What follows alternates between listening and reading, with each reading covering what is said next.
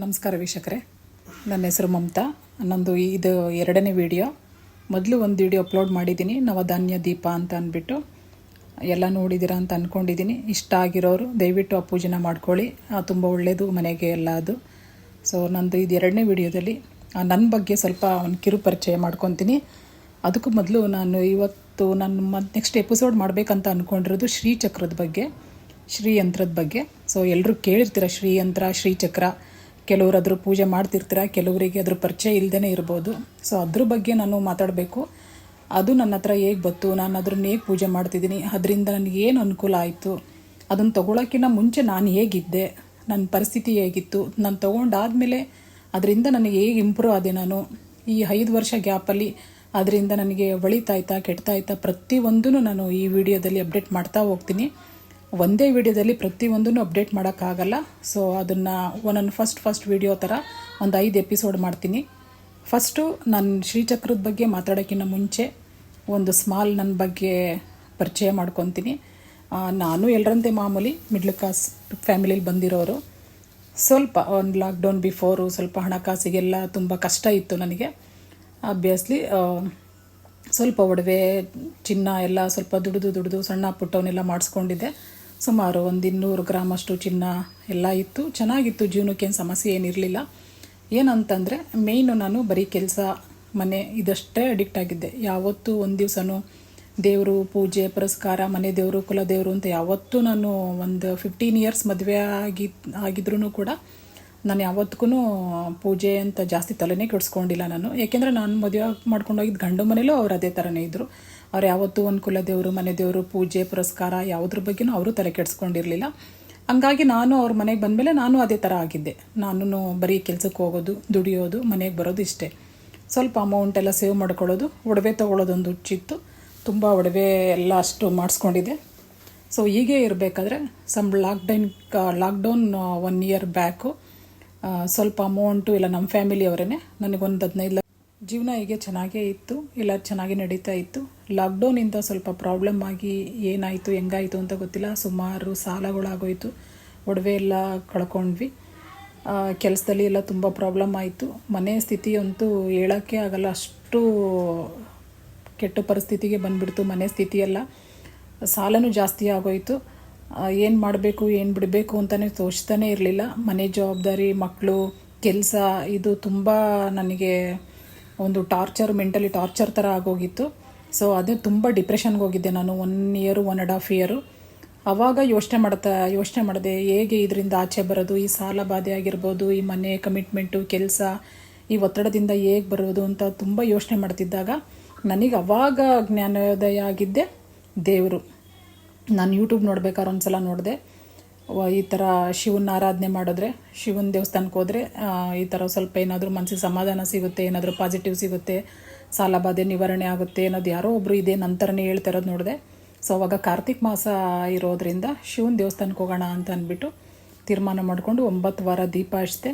So ನನಗಲ್ಲಿ ಏನೂ ಅನಿಸಿಲ್ಲ. ಹೀಗೆ ಹೋಗ್ತಾ ನನಗೆ ಎಲ್ಲಮ್ಮ ಅಂತ ಒಬ್ಬರಿದ್ರು, ಅಲ್ಲಿಗೆ ಹೋದ್ಮೇಲೆ ಅವರು ಅಮ್ಮ ಹೇಳಿದ್ರು, ನೀನು ನಿಮಗೆಲ್ಲ ಕುಲದೇವ್ರ ಶಾಪ ಇದೆ, ನಿಮ್ಮ ಕುಲದೇವ್ರಿಗೆ ಹೋಗೋದು ಬಿಟ್ಟಿದ್ದೀರಾ ಅಂತ ಹೇಳಿದ್ರು. ಆವಾಗ ನಾನು ಯೋಚನೆ ಮಾಡಿದೆ, ಹೌದು ನಮ್ಮ ಮನೆ ದೇವರು ಕುಲದೇವ್ರಿಗೆ ಇವ್ರು ನಮ್ಮ ಗಂಡು ಮನೇಲಿ ಕರ್ಕೊಂಡು ಹೋಗಿಲ್ಲ, ಹಂಗಾಗಿ ನಾವು ಹೋಗಿಲ್ಲ, ಏನು ಮಾಡೋದು ಯೋಚನೆ ಮಾಡಿದೆ. 1-2 ಡೇಸಲ್ಲಿ ನಿನಗೆ ಕುಲದೇವ್ರ ಬಗ್ಗೆ ಗೊತ್ತಾಗುತ್ತೆ ಅಂತಲೂ ಹೇಳಿದರು. ಸೊ ಹಂಗಾಗಿ ಮತ್ತೆ ನನಗೆ 1-2 ಡೇಸ್ ಆದಮೇಲೆ ನನ್ನ ಮನೆ ದೇವರು ಬಂದು ಪಿರಿಯಾಪಟ್ಟಣ ಮಸ್ನಿಕಮ್ಮ ಅಂತ ನನಗೆ ಗೊತ್ತಾಯಿತು ನನ್ನ ಕುಲದೇವ್ರಂತ. ಸೊ ಆಮೇಲೆ ಹೋಗಲೇಬೇಕಂತ ಹೇಳಿ ಕುಲದೇವ್ರಿಗೆ ಹೋಗೋಣ ಅಂತ ಅಂದ್ಬಿಟ್ಟು ಹೊರಟೆ. ಅಲ್ಲಿ 3 ಅಮಾಸೆಗೆ ಕುಲದೇವ್ರಿಗೆ ಹೋದೆ. ನನಗೆ ಕುಲದೇವ್ರ ಅನುಗ್ರಹ ಆಗಲಿಲ್ಲ. ಅದಕ್ಕೂ ಮುಂಚೆ ನಾನು ಮನೆಗೆ ಶ್ರೀಚಕ್ರನೇ ತೊಗೊಂಬಂದಿದ್ದೆ ಒಂದು ದೇವಸ್ಥಾನದಿಂದ. ಶ್ರೀಚಕ್ರದ್ದು ಎಷ್ಟೇ ಪೂಜೆ ಪುರಸ್ಕಾರ ಮಾಡಿದ್ರೂ ನನಗೆ 5 ತಿಂಗಳು ಸತತವಾಗಿ ನಾನು ಬ್ರಾಹ್ಮಿ ಮುಹೂರ್ತದಲ್ಲೇ ಈ ಶ್ರೀಚಕ್ರ ಪೂಜೆ ಮಾಡ್ಕೊಂಡು ಬಂದೆ. ದಿನ ಅಭಿಷೇಕ, ದಿನ ಕುಂಕುಮಾರ್ಚನೆ, ದಿನ ನೈವೇದ್ಯ ಎಲ್ಲ ಮಾಡ್ಕೊಂಡು ಬಂದೆ. ಆದರೂ ಏನೂ ನನಗೆ ಸಾಸಿವೆ ಅಷ್ಟು ನನಗೆ ಅದರಿಂದ ಶ್ರೀಚಕ್ರ ತೊಗೊಂಡು ಬಂದು 5 ತಿಂಗಳಾದರೂ ನನಗೆ ಸಾಸಿವೆ ಅಷ್ಟು ಅದ್ರದ್ದು ಪಾಸಿಟಿವ್ ಸಿಕ್ಕಿಲ್ಲ. ಆಮೇಲೆ ಮನೆ ದೇವ್ರಿಗೆ ಹೋಗ್ಬೇಕು ಅಂತ ನನಗೆ ಪ್ರೇರಣೆ ಆದಾಗ ನನ್ನ ಮಸ್ಲಿಕಮ್ಮಂಗೆ ಕುಲದೇವ್ರಿಗೆ ಹೋಗ್ತಾ ಒಂದು 5 ತಿಂಗಳಾಯಿತು. 5ನೇ ತಿಂಗಳಿಗೆ ಹೋದಾಗಲೂ ನನಗೆ ಅಲ್ಲಿ ಏನೂ ಇದಾಗಲಿಲ್ಲ. ನಾನು ಅಲ್ಲಿ ದೇವ್ರದ್ದು ಹೂ ಪ್ರಸಾದ ಆಗುತ್ತೆ, ಹೂ ಪ್ರಸಾದ ಕೇಳೋಣ ಅಂತ ಕೂತ್ಕೊಂಡಾಗ ನನಗೆ ಹೂ ಪ್ರಸಾದ ಆಗಿಲ್ಲ. ನಾನು ಅಲ್ಲಿ ತುಂಬ ಕಣ್ಣೀರಾಗ್ತಿದ್ದೆ ಅವ್ರ ಮುಂದೆಲೇ ಕೂತ್ಕೊಂಡು. ಅವಾಗ ಅಲ್ಲಿ ಅರ್ಚಕರು ಹೇಳಿದರು, ನೀವು ಎಷ್ಟು ವರ್ಷ ಆಯಿತು ಮದುವೆ ಆಗಿ? ನಾನು ಹೇಳಿದೆ, ಒಂದು 20 ವರ್ಷ ಆಯಿತು. ನೀವು ಯಾಕೆ ಬಂದಿಲ್ಲ ಅಂದ್ರೆ, ಇಲ್ಲ ನಮ್ಮ ಗಂಡು ಮನೆ ಫ್ಯಾಮಿಲಿಯವರು ಯಾರೂ ಬರಲ್ಲ, ಹಂಗಾಗಿ ನಮಗೆ ಗೊತ್ತಿರಲಿಲ್ಲ ದೇವಸ್ಥಾನ ಇಲ್ಲಿರೋದು ಅಂತ. ಇವಾಗ ನನಗೆ ಯಾರೋ ಮುಖಾಂತರ ಗೊತ್ತಾಗಿ ಅದಕ್ಕೆ ನಾನು ಇಲ್ಲಿಗೆ ಬಂದಿದ್ದೀನಿ ಅಂತ. ಅವಾಗ ಅವ್ರು ಹೇಳಿದ್ರು, ಮತ್ತೆ ಹೋಗಿ ಫಲತಾಂಬೂಲ ಎಲ್ಲ ನಮ್ಮಂಗೆ ತಗೊಂಬಂದು ಕೊಟ್ಟು ತಪ್ಪರ್ಕೆ ಕಟ್ಟಿ ಕುತ್ಕೊಂಡು ಮತ್ತೆ ಕೇಳಿ ಅಂತ ಹೇಳಿದರು. ಮತ್ತೆ ನಾನು ಹೋಗಿ ಅಮ್ಮಂಗೆ ಏನೇನು ಬೇಕು ಎಲ್ಲ ತೊಗೊಂಬಂದು ತಪ್ಪರ್ಕೆ ಕಟ್ಟಿ, ತಪ್ಪಾಯ್ತಮ್ಮ, ಇನ್ಮೇಲೆ ನಾನು ಸತತವಾಗಿ ಬಂದು ನಿನ್ನನ್ನು ಪೂಜಿಸ್ತೀನಿ, ನಿನ್ನ ಆರಾಧಿಸ್ತೀನಿ, ನಿನ್ನ ಅನುಗ್ರಹ ನನಗೆ ಮಾಡು ಅಂತ ನಾನು ಬೇಡ್ಕೊಂಡು ಮನೆಗೆ ಬಂದು ಒಂದು 5-6 ದಿವಸಕ್ಕೆ ಮನೇಲಿ ಸ್ವಲ್ಪ ನನಗೆ ಪಾಸಿಟಿವ್ ಅನ್ನಿಸ್ತು. ಶ್ರೀಚಕ್ರ ಕಡೆಯಿಂದ ನನಗೆ ಹೂವಿನ ಪ್ರಸಾದನೂ ಆಯಿತು. ಅವಾಗಿಂದ ನಾನು ಸ್ವಲ್ಪ ಶ್ರೀಚಕ್ರ ಕಡೆಗೆ ಗಮನ ಕೊಟ್ಟು ಶ್ರೀಚಕ್ರ ಎಲ್ಲ ಪೂಜೆ ಮಾಡ್ಕೊಳ್ತಾ ಬಂದೆ. ಆಲ್ಮೋಸ್ಟ್ ಶ್ರೀಚಕ್ರ ತಗೊಂಬಂದು ಒಂದು 2 ಇಯರ್ಸ್ ಆಯಿತು. 2 ಇಯರ್ಸ್ದಿಂದ ಇವಾಗ ಸ್ವಲ್ಪ ಅಂದರೆ ಸ್ವಲ್ಪ ಮನೇಲಿ ಕಮಿಟ್ಮೆಂಟ್ಸ್ ಆಗಿರ್ಬೋದು, ಸಾಲಬಾಧೆ ಆಗಿರ್ಬೋದು, ಕೆಲಸದಲ್ಲಾಗಿರ್ಬೋದು ಎಲ್ಲ ಕಡಿಮೆ ಆಗ್ತಾ ಬಂತು. ನಾನು ಇಷ್ಟು ವಿಷಯನ ಏನು ಕೇಳ್ತಾ ಇದ್ದೀನಿ ಅಂತಂದರೆ, ನಮ್ಮ ಮನೆ ದೇವ್ರ ಅನುಗ್ರಹ ಇಲ್ಲದೆ ನಾವು ಯಾವುದೇ ದೇವ್ರಿಗೆ ಹೋಗಲಿ, ಕಾಶಿ ವಿಶ್ವನಾಥಂಗೆ ಹೋಗಲಿ, ಬ್ರಹ್ಮನ ಹತ್ರಕ್ಕೆ ಹೋಗಲಿ, ಹರಿಹರ ಬ್ರಹ್ಮನ ಹತ್ರಕ್ಕೆ ಹೋದ್ರೂ ನಮ್ಮ ಕಷ್ಟಗಳು, ನಮ್ಮ ಪ್ರಾಬ್ಲಮ್ಗಳು ಸಾಲ್ವ್ ಆಗಲ್ಲ. ಯಾವುದೇ ಕಾರಣಕ್ಕೂ ಮನೆ ದೇವ್ರ ಅನುಗ್ರಹ ಇಲ್ಲದೆ ನಾವು ಏನೂ ಮಾಡೋಕ್ಕಾಗಲ್ಲ. ನಾವು ಸತತ ಪರಮೇಶ್ವರನ್ನೇ ತೊಗೊಂಬಂದು ನಮ್ಮ ಮನೇಲಿ ಇರಿಸ್ಕೊಂಡ್ರು ಮನೆ ದೇವ್ರ ಅನುಗ್ರಹ ಬೇಕೇ ಬೇಕು. ಇದನ್ನು ನಾನು ಒತ್ತಿ ಯಾಕೆ ಹೇಳ್ತಾ ಇದ್ದೀನಿ ಅಂದರೆ, ಎಷ್ಟೋ ಜನ ಇವಾಗಲೂ ಮನೆ ದೇವರಿಗೆ ಕುಲದೇವರಿಗೆ ಪೂಜೆಗೆ ಮಾಡಲ್ಲ, ಹೋಗಲ್ಲ.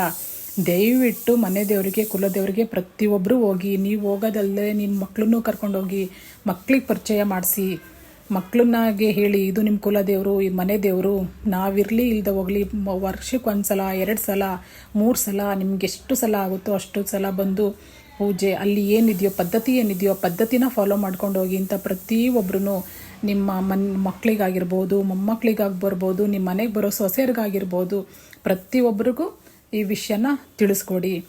ಈ ಎಪಿಸೋಡನ್ನು ಇಲ್ಲಿಗೆ ನಾನು ಎಂಡ್ ಮಾಡ್ತಿದ್ದೀನಿ. ಏನಕ್ಕೆ ಅಂತಂದರೆ, ನೆಕ್ಸ್ಟ್ ಬರೋ ಎಪಿಸೋಡಲ್ಲಿ ಶ್ರೀಚಕ್ರ ನಮ್ಮ ಮನೆಗೆ ನಾನು ಹೇಗೆ ತಂದೆ, ಶ್ರೀಚಕ್ರದಿಂದ ಕುಲದೇವರು ಬಗ್ಗೆ ನಿಮಗೆ ತಿಳಿಸಿದ್ದೀನಿ. ಶ್ರೀಚಕ್ರ ಮನೆಗೆ ಬರೋಕ್ಕಿಂತ ಮುಂಚೆ ನಂದು ಎಷ್ಟು ಪ್ರಾಬ್ಲಮ್ಸ್ ಇತ್ತು ಅಂತಲೂ ಇವಾಗ ನಿಮ್ಗೆ ಇದರಲ್ಲಿ ಹೇಳ್ಕೊಂಡಿದ್ದೀನಿ. ಶ್ರೀಚಕ್ರ ಬಂದಾದಮೇಲೆ ನನಗಾಗಿದ್ದ ಬೆಳವಣಿಗೆಗಳ ಬಗ್ಗೆ ನಾನು ನೆಕ್ಸ್ಟ್ ಎಪಿಸೋಡಲ್ಲಿ ಹೇಳ್ಕೊತೀನಿ. ದಯವಿಟ್ಟು ನೆಕ್ಸ್ಟ್ ಎಪಿಸೋಡ್ನು ನೋಡಿ ವಾಚ್ ಮಾಡಿ. ನೆಕ್ಸ್ಟ್ ಎಪಿಸೋಡು ನಾಳೆಯಲ್ಲಿ ಹಾಕ್ತೀನಿ.